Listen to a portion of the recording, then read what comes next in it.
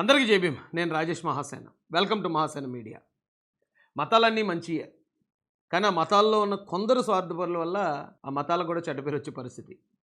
అయితే ఈ టాపిక్ ఎందుకు చెప్తున్నానంటే అండి, నేను సోషల్ మీడియాలో చూస్తూ ఉంటే ఇద్దరు పాస్టర్ గారులు వాళ్ళు డిబేట్ చేయడానికి సిద్ధపడుతున్నారట. బైబిల్ మీద వారిద్దరూ డిబేట్ చేస్తున్నారట అని చూశాను న్యూస్. ఇది ఇప్పటివరకు వేరు మతాల వారు డిబేట్ చేసుకునేవారు. మా మతం గొప్పది, మా గ్రంథాలు గొప్పవి అని, లేదా మా మతమే గొప్పది, మా గ్రంథాలు గొప్పవి అని డిబేట్లు జరిగాయి అంతకుముందు. దేవుడి దయ వల్ల బాగానే ఆగిపోయాయి. లేకపోతే మతాల మధ్యలో మళ్ళీ మారణహోమం జరిగి చంపుకుందరేమో. అయితే ఇప్పుడు బైబిల్ మీద, బైబిల్ని నమ్మిన ఇద్దరు పాస్టర్ గారులే డిబేట్ చేసే పరిస్థితి. అంటే ఒకరిది ఒక వాదన, మరొకరిది మరొక వాదన. నా వాదనే కరెక్ట్ అని ఆయన, కాదు నా వాదన కరెక్ట్ అని ఈయన. వీళ్ళిద్దరిలో ఎవరు ఓడిపోయినా బైబిల్ ఓడిపోయినట్టే. ఎందుకంటే ఇద్దరు వాదించేది బైబిల్ని బేస్ చేసుకునే కాబట్టి ఇద్దరిలో ఎవరో ఒకరు మాత్రం ఖచ్చితంగా బైబిల్ని ఓడిస్తారు. అయితే ఈ గొడవ ఎక్కడ స్టార్ట్ అయిందంటే, ఒక పాస్టర్ గారు ఒక యూట్యూబ్ ఛానల్కి ఇంటర్వ్యూ ఇచ్చారు. ఆ ఇంటర్వ్యూలో యాంకర్ అడిగాడట, ఏమంటే క్రైస్తవులు హిందువులు ఇచ్చిన ప్రసాదాలు తినరు, ఎందుకు తినరు అని అడిగాడట. అడిగితే దానికి బదులుగా పాస్టర్ గారు ఏమన్నారట, ఏం తినపోవడం అనేది అంత ఏమీ ఇది కాదండి, తినేసినా పర్వాలేదు, అవసరమైతే తినేయచ్చు, లేకపోతే తినకపోవచ్చు, ఏదైనా ఒకటి అన్నాడట క్యాజువల్గా. వెంటనే ఆ యూట్యూబ్ ఛానల్ వారు ఏం చేశారు, మరొక పాస్టర్ గారిని కూర్చోబెట్టారు. ఏమంటే మొన్న పాస్టర్ గారు ఎలాగన్నారు, మరి మీరేమంటారంటే, ఈయనేమన్నాడు, సచ్చిన తిన్న నేను అయితేనే నాకు వద్దని చెప్తాను నేను అని ఆయన ఖండించాడు. ఇక అక్కడ స్టార్ట్ అయింది, ఈ ప్రసాదం తినొచ్చా తినకూడదా.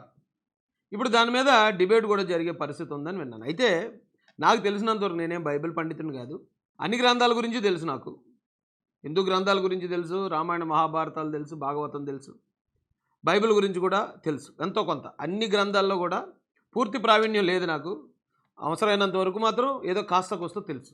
ఆ తెలిసిన దాని మీద నేను చెప్తున్నానండి. బైబిల్ ఒకటే గ్రంథం, 66 పుస్తకాలు, కానీ ఆ 66 పుస్తకాల్లోనే పరస్పర విరుద్ధమైన స్టేట్మెంట్లు ఉంటాయి, పరస్పర విరుద్ధంగా ఉంటాయి. ఉదాహరణకి, ఒక చెంప మీద కొడితే మరో చెంప చూపించండి అని ఉంటుంది ఒక చోట. మరొక చోట, నీకు 2 అంగీలు ఉంటే ఒక అంగీ అమ్మేసి కత్తి కొనుక్కునే కత్తి పెట్టుకుని వెళ్ళు అని ఉంటుంది. అంటే ఒక చోట ఒక చెంప కొడితే రెండో చెంప అంటే శాంతి సామరస్యంతో ఉండండి అని చెప్తూనే, మరొక సందర్భానికి వచ్చేటప్పటికి నువ్వు కత్తి మాత్రం నీ దగ్గర పెట్టుకుని ఉండు అని ఉంది ఇంకొక వాక్యం.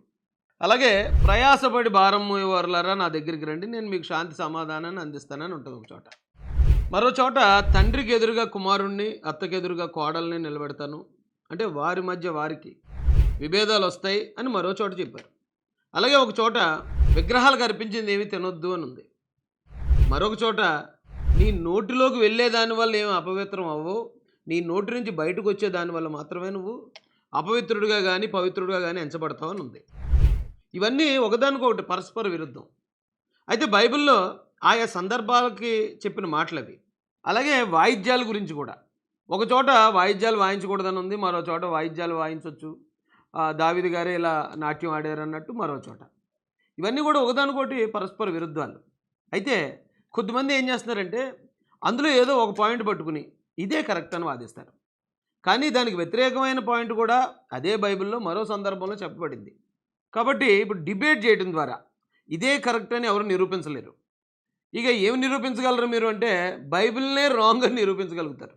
ఎందుకంటే పాస్టర్లే, బైబిల్ని ముందుకు తీసుకెళ్లాల్సిన పాస్టర్లే మరొక పాస్టర్ని నువ్వు చెప్పే బైబిల్ వాక్యం తప్పు అంటే అది బైబిల్ తప్పు అన్నట్టే కొద్దిమందికి అర్థమవుతుందండి.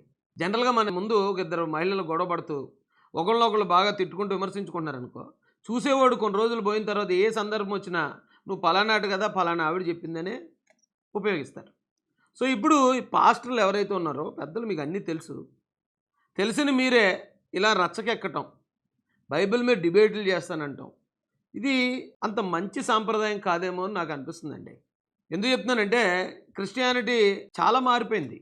యేసుక్రీస్తు ప్రభువారు వచ్చినప్పుడు ఉన్న క్రిస్టియానిటీ వేరు. ఆయన నిన్ను వల్లే పొరుగువాడిని ప్రేమించు, సేవ చేయి, రోగులను ఆదరించు, ఆకలితో ఉన్నవాడికి అన్నం పెట్టు, పరదేశి అయి ఉంటే వాడికి ఆశ్రయం కల్పించు, బట్టలు లేకుండా ఉంటే బట్టలు అవి చేస్తే నువ్వు నాకు చేసినట్టే నేను పరలోకం తీసుకెళ్తానని చాలా మంచి మాటలు చెప్పేసి వెళ్ళిపోయాడు ఆయన. కానీ రాను రాను కాలంలో క్రిస్టియానిటీ చాలా రోజులు ఆ సేవా కార్యక్రమాలే చేసింది. ఆ సేవా కార్యక్రమాలు చేస్తున్నంతకాలం క్రిస్టియానిటీ చాలా అభివృద్ధి చెందింది. క్రిస్టియానిటీని చాలామంది ఆదరించారు. చదువు లేని వాళ్ళకి చదువు చెప్పించారు, అనారోగ్యంగా ఉన్న వాళ్ళకి ఒక హాస్పిటల్ కట్టించారు, దేవుడి గురించి తెలియని వాళ్ళకి దేవుడి గురించి బోధించారు, ఎంతోమంది రోగుల్లో పనిచేశారు. ఎగ్జాంపుల్ మదర్ తెరిసా గారు లాంటి చాలా గొప్ప గొప్ప వ్యక్తులు నిస్వార్థంగా, వాళ్ళకి ఏ స్వార్థం లేకుండా ఇవ్వటం మాత్రమే చేసినంతకాలం క్రిస్టియానిటీ చాలా గొప్పగా ఉంది. తర్వాత కాలంలో కొద్దిమంది స్వార్థపరులు క్రిస్టియానిటీలోకి ఎంటర్ అయ్యి ఇక తీసుకోవటం మాత్రమే క్రిస్టియానిటీ అని మొదలుపెట్టారు. ఎప్పుడైతే తీసుకోవటం మాత్రమే క్రిస్టియానిటీ అని మొదలుపెట్టారో అక్కడి నుంచే క్రిస్టియానిటీ మీద దాడులు కానీ, క్రిస్టియన్స్ని విమర్శించడం కానీ, మత మార్పుల్ని వ్యతిరేకించడం కానీ అవన్నీ అక్కడి నుంచే మొదలయ్యాయి. అసలు స్వార్థం అనేది కూడా అక్కడి నుంచే మొదలైంది. అప్పటి వరకు దేవుడి కోసం చెప్పుకుంటూ వెళ్ళిపోయేవారు. విన్నవాడు వింటాడు, నమ్మినోడు నమ్ముతాడు, లేనోడు లేడని వెళ్ళిపోయేవారు. కానీ ఎప్పుడైతే దీంట్లోకి ఈ ధన ప్రవాహం వచ్చిందో, కానుకల రూపంలో వచ్చిందో, ఇక మనం జనాన్ని మన చర్చికి రప్పించుకోవాలి, వాళ్ళ ద్వారా మనం ఆర్థికంగా బలపడాలనే కాంపిటీషన్ పెరిగింది కొద్దిమందిలో. ఇప్పటికింకా నిజాయితీగా దేవుడి కోసమే సేవ చేస్తూ దేవుడి కోసమే బ్రతికే వాళ్ళు 99% ఉన్నారు క్రిస్టియన్స్లో. కానీ ఆ 1% ఈ కమర్షియల్ బ్యాచ్ ఏదైతే ఉందో, ఈ కమర్షియల్ బ్యాచ్ వచ్చిన తర్వాత 99% ఉన్న క్రిస్టియన్స్కి కూడా చెడ్డ పేరు వస్తుందండి. అయితే నేను చెప్పింది ఇప్పుడు ఈ పాస్టరల్ డిబేట్కి సంబంధించింది కాదు, ఓవరాల్ క్రిస్టియానిటీ కోసం చెప్పాను.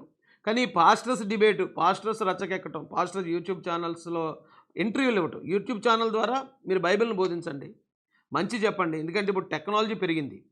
ఇప్పుడు మనం గ్రామాల్లోకి తిరిగి సువార్త దండయాత్రల పేరుతో అక్కడ ఎవరన్నా అడ్డుకుంటున్నా సరే వాళ్ళతో మనం వాదన పెంచుకుంటూ వెళ్ళాల్సిన అవసరం అయితే లేదు. ఇప్పుడున్న టెక్నాలజీకి చక్కగా యూట్యూబ్ ఛానల్స్ అవకాశం వచ్చింది, ఫేస్బుక్ ఉంది, ట్విట్టర్ ఉంది, ఇన్స్టాగ్రామ్ ఉంది.